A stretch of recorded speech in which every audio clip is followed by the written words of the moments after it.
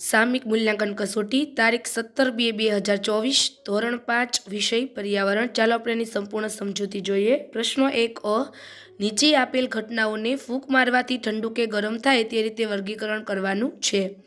પહેલું છે શિયાળામાં હાથ ઠંડા થઈ ગયા હોય ત્યારે જો ફૂંક મારીએ તો એ ગરમ થઈ જાય। ચૂલામાં આગ ઓલવાતી હોય ત્યારે ફૂંક મારીએ તો એ ઠરી જાય। ચૂલા પરથી ઉતારેલ ચા એને ફૂંક મારીએ તો પણ એ ઠંડી થઈ જાય। ચૂલા પરથી ઉતારેલ દૂધ એને પણ આપણે ફૂંક મારીએ તો ઠંડુ થઈ જાય। બરફનો ટુકડો એને પણ ફૂંક મારીએ એટલે પીગળી જાય। દાળ ઢોકળી એને પણ ફૂંક મારીએ એટલે ઠરી જાય। બાફેલા બટેટા એ પણ ઠંડા થઈ જાય। આઈસ્ક્રીમ છે એક ફૂંક મારીએ એટલે ગરમ। ખૂબ ઠંડુ પાણી ફૂંક મારીએ તો એ ગરમ અને ગરમ દાળ છે એ ફૂંક મારીએ તો ઠંડી થઈ જાય છે। પ્રશ્ન 1 બ ખાલી જગ્યા પૂરો।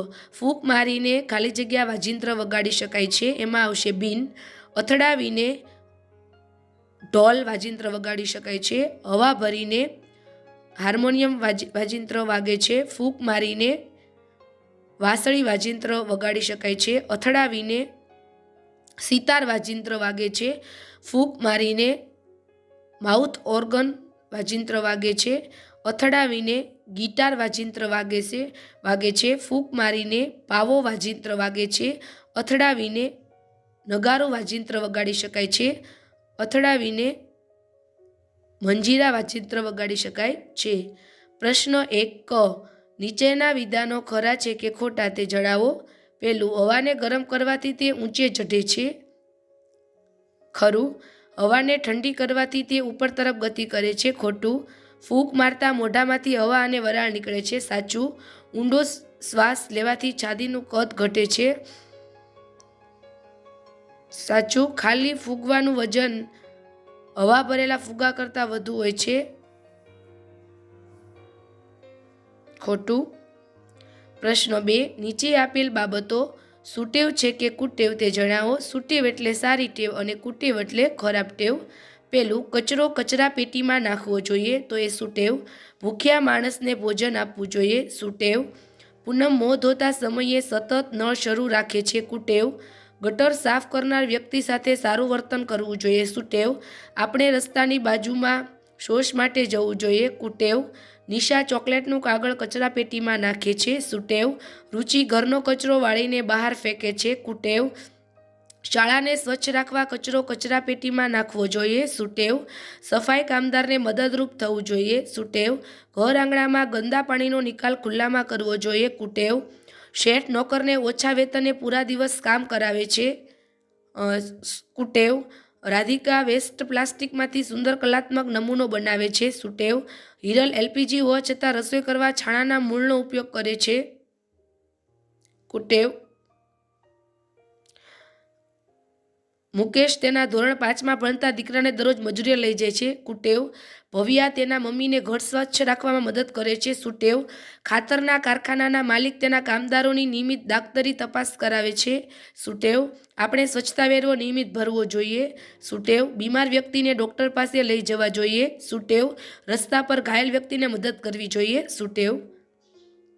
જમ્યા બાદનો વધેલ એંઠવાડ પડોશીના ઘરે નાખવો જોઈએ, કુટેવ। શાળા અને મેદાનની નિયમિત સફાઈ કરવી જોઈએ, સુટેવ। ધ્વનિ તેના મમ્મીને કચરા પોતા કરવાની ના પાડી દે છે, કુટેવ। બીમાર વ્યક્તિ પથારીની નિયમિત સફાઈ કરવી જોઈએ, સુટેવ। ભીનો તથા સૂકો કચરો બંને ભેગા નાખવા જોઈએ, કુટેવ।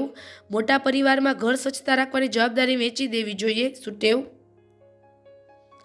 પ્રશ્ન 3 અ નીચેના પ્રશ્નોના 3-4 વાક્યમાં જવાબ આપો। શું તમને કોઈ ક્યારે રમતો રમતા અટકાવ્યા છે કે કેમ? આપણે મકાન બદલવાનું થાય તો કઈ કઈ મુશ્કેલીઓ પડે?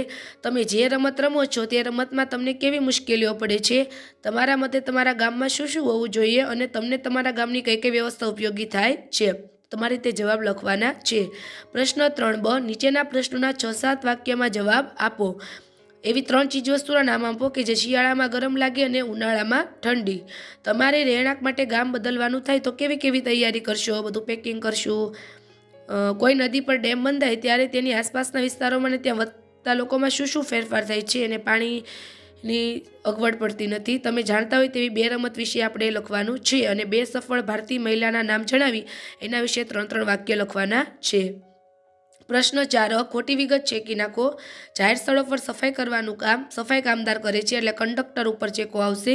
શરીર સ્વચ્છ રાખવાથી તંદુરસ્ત રહેવાય છે, એમાં બીમાર પર ચેકો આવશે.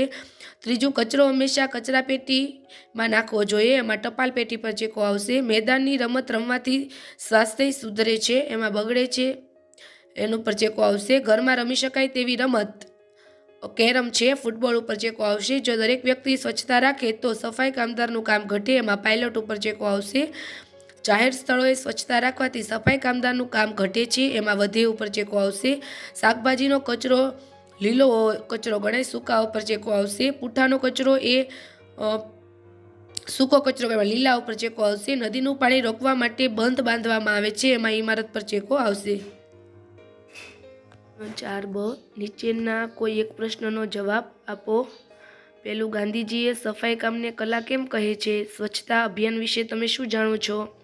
તમારી શાળામાં સ્વચ્છતા રાખવા માટે તમે શું પ્રયત્ન કરો છો? તમારા ઘરે વધેલા ભોજનનો નિકાલ કઈ રીતે કરવામાં આવે છે? તમારા મમ્મી બજારમાંથી શાકભાજી પ્લાસ્ટિકના ઝબલામાં લઈને આવે છે, તમે તેમને શું સલાહ આપશો?